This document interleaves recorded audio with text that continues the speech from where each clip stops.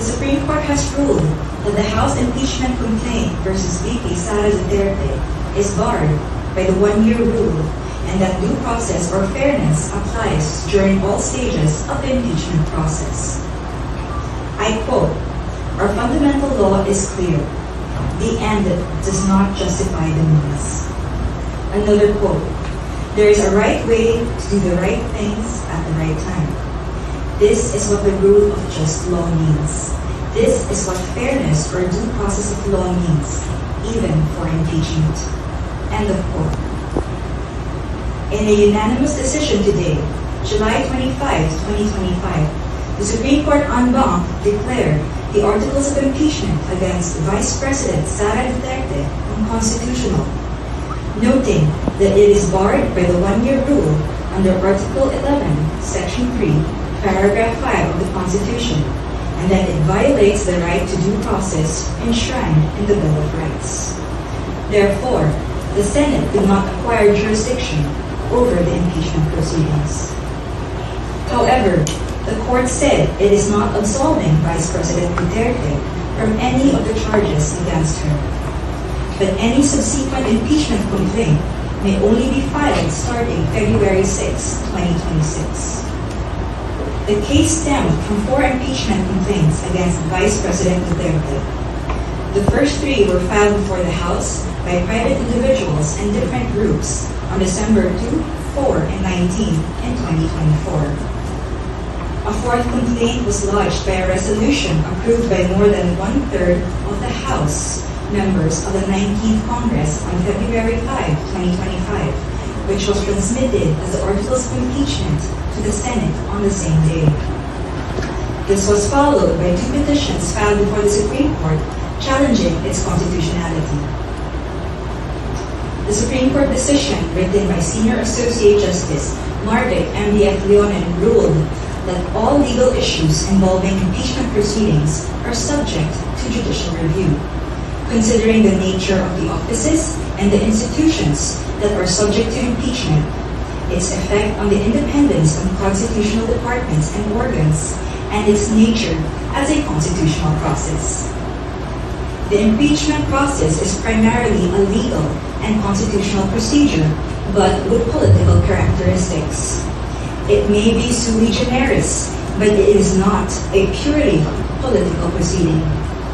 This means that the Bill of Rights, especially the Due Process Clause, and the right to speedy disposition of cases applies to the entire impeachment process, it said. Although the court does not determine whether an impeachable officer may be removed or disqualified from political office, it emphasized that it has the duty to construe the process mandated in the Constitution. In declaring that the articles of impeachment were barred by the one-year rule, the decision differentiated the first 3 complaints from the 4th complaint.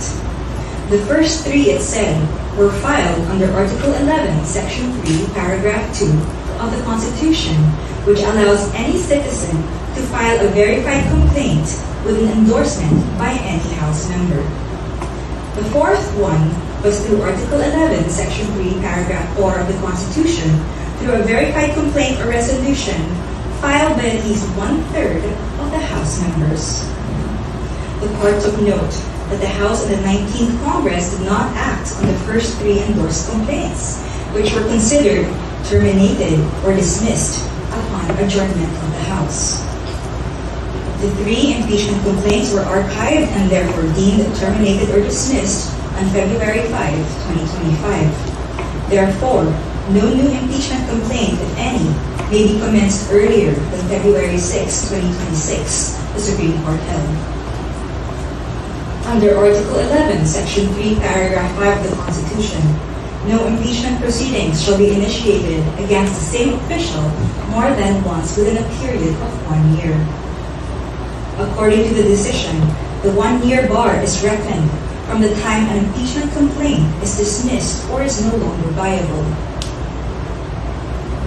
A key issue in the petitions is whether the House complied with the 10-session day requirement under the Constitution for including a verified impeachment complaint in the order of business of the House. The court ruled that the House was able to comply with the requirement by putting the 3 endorsed impeachment complaints in the order of business of the House of Representatives, since a session day is not equivalent to a calendar day. It is a period that starts from a call to order until the session is adjourned, regardless of the passage of time. However, the court reminded the House that Article 11, Section 3, Paragraph 2 of the Constitution clearly requires that a verified impeachment complaint be immediately put in the order of business within 10 session days from its endorsement. The Constitution does not grant either the Secretary General or the Speaker of the House any discretion to determine when this period commences. Consequently, the House of Representatives is not granted any discretion except to refer these matters to the proper committee within 3 session days. However, the House may opt to consolidate all impeachment complaints properly commenced and endorsed within these periods. The court also determined that due process applies to the impeachment process. It laid down the following due process requirements in impeachment proceedings. First, the articles of impeachment or resolution must include evidence when shared with the House members, especially those who are considering its endorsement.